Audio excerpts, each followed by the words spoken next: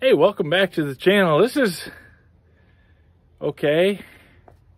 Right? That was dumb. That was dumb. Every tool's a hammer, unless it's a screwdriver, then it's a chisel. We need a torch. Hate that nut. We're not doing that. Because it ain't built till it's overbuilt. Don't force it. Get a bigger hammer. Every day's a school day.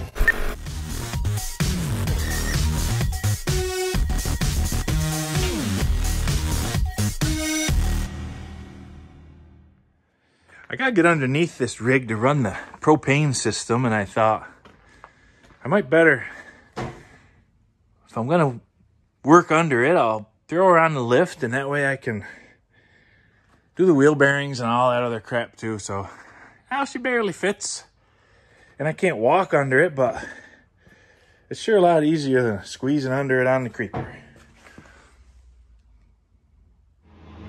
Yeah, I'm working on the new propane lines for this thing. I want to run, they ran just 3/8 copper everywhere.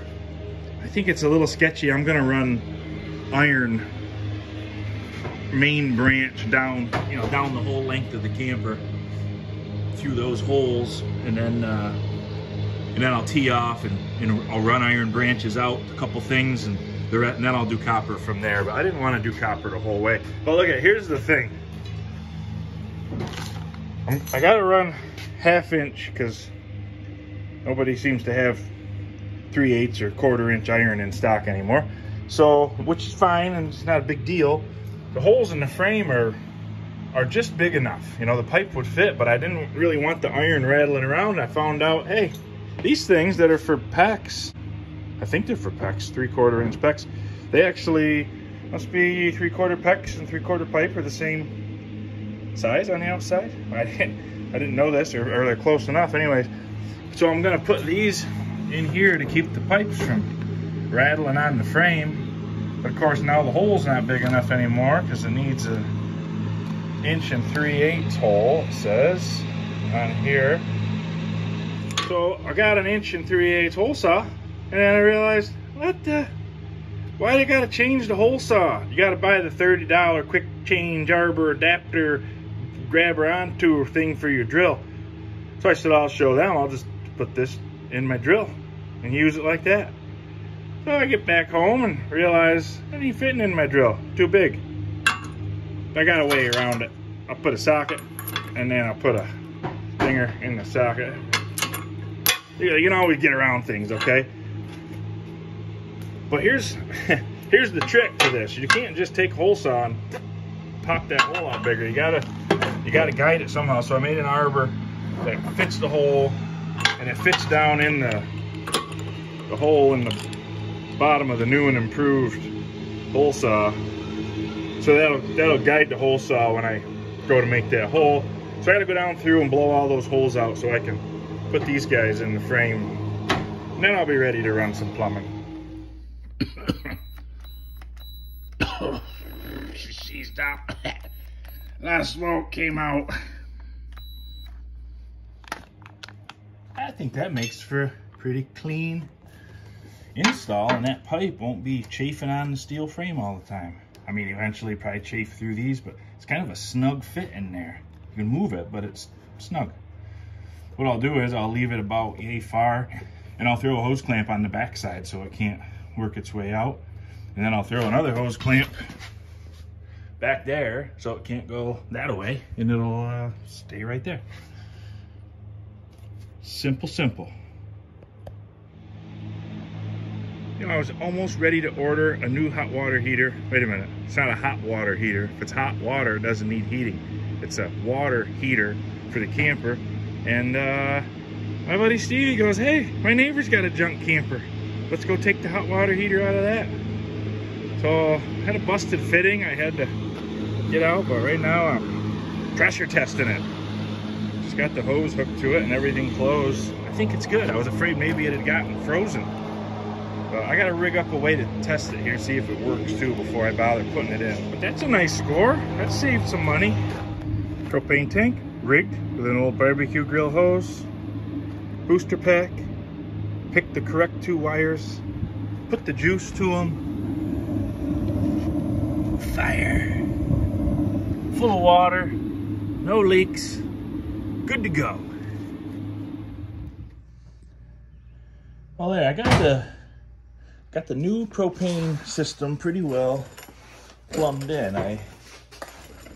This is the main line that comes from the front tanks, and then there's a T here that goes off, and that's a little quick connect thing with a shutoff valve. I bought a hose. This came as like a little kit, and I've got the one hose that plugs into here, and I bought another regulator, so I'll be able to stand like 100-pound propane tank if I want to.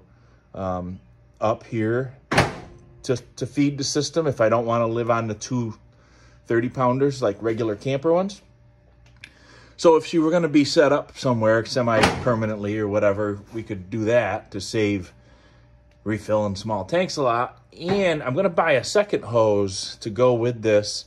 I hadn't thought of this until after, but this can go either way. So I can either push propane, regulated propane in here to the system, or I can, what it's made for is to pull propane off. So if she ever wants to run, like if she wants to put a barbecue grill out back or who knows what, anything propane, we should be able to just hook in there and run it. So I'm going to get another hose, and we'll just have the hoses inside for both jobs. That's pretty slick, I think. And then I'm rolling on my creeper here because I can't go too high with the camper. Back here we got another T with a soft copper line going up to run the hot water heater. And then it goes to the back, cuts across, and goes up with soft copper up to run the oven. It's just a regular household oven. Pressure tested, all appears to be just fine. I put lots and lots of that white, the brush on pipe dope or whatever you want to call it, and it's good. I also got the wire all ran, got a new plug on the front, and I got the wire ran. I got all the lights working, all the original camper light blinkers and such, DOT lights, let's say. And I ran the big heavy gauge black and red wires while I was under here. I wanted to get all this stuff wrapped up. I ran those back to the 12 volt up through the floor here to run that.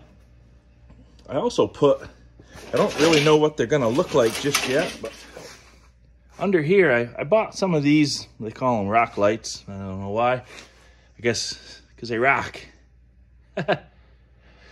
Anyway, I got one there, one over here. And these are right near the serving window. So these are going to shine down on the ground and kind of light up the ground. I thought it might be good, if in the dark, if people are here. Might be nice to have them. I also put one on the back corner to light up underneath the door to come in and out of the camper. So I kind of wanted to wrap up all that 12 volt wiring, and I think I got everything that needs to be done underneath done. Another thing, I got this. These are two of the panels I made in a previous video where I copied the siding. You gotta ignore the color for now, because I think when this is shiny, it's gonna match that pretty good. Hopefully.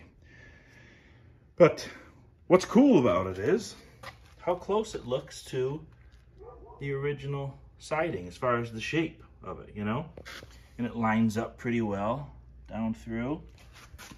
It's pretty slick. I think it's a good deal. It's better than just throwing like a piece of diamond plate or something, which is okay. A lot of people do it.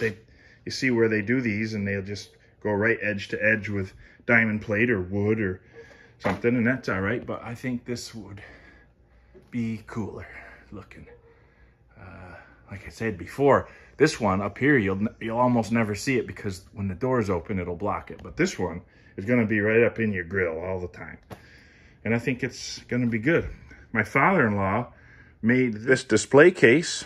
It just needs paint and stain the top. And I'm going to get some window panes cut. So these will be glass windows in the front, and then those doors slide open in the back. Pretty cool. So I am making or I guess I have to say I was making some progress here. Things have slowed to a crawl. All right, last little bit. Got, if you remember from before, the frame was pretty nasty, so that's all been cleaned up, painted. I had to make a taller bracket here, which was, the old one was really rusty, pretty bad. But I wanted to run the 30-pound tanks instead of 20s. And I wanted to get the bracket up more close to center of the tank. It'll be a little more sturdy. And so I made a new bracket. These are the old clamps. I had to make a new screw to hold them together. And then I bought a brand new switchover valve because the old one didn't have it. It was just a T, and each one had a valve on it. It looked very sketchy. So I got one new tank. Got all this stuff plumbed up. I had pressure tested before. I put compressed air down here and pressure tested it at 30 psi. So I know from here back it's good. I just need to pressure test this up here with propane, which I'll do very shortly. But you know, we're at the time where I got to stop working on this project because we got a charity truck and tractor pull to get ready for, and I've got too much to do. A little progress there. You'll see a video coming of this project. It's been nasty hot the last few days, so I haven't got a whole lot done there. But we're getting there. This food truck project is gonna have to sit for probably a month or so. So that video kind of just turned into catching you up on where this project's at, and it's gonna have to sit, like I said, for a while. I got way too much going on. Gotta leave this alone. Still got bleachers to do some changes to. I'll have a video about that. It's actually partway done now. Got this water truck I gotta finish, and I got a bunch of roads to build. Be nice if I owned a bulldozer. Nope, don't have that. Anyway, much as I'd love to be showing you a finished camper, or at least maybe a finished roof so I could get it out of my garage, for Pete's sake, I can't quite button that up until I have the parts for the serving window, and that's just gonna have to wait a while. So I'm gonna let you go. Thank you for watching. I do appreciate your time. God bless you. God bless the United States of America.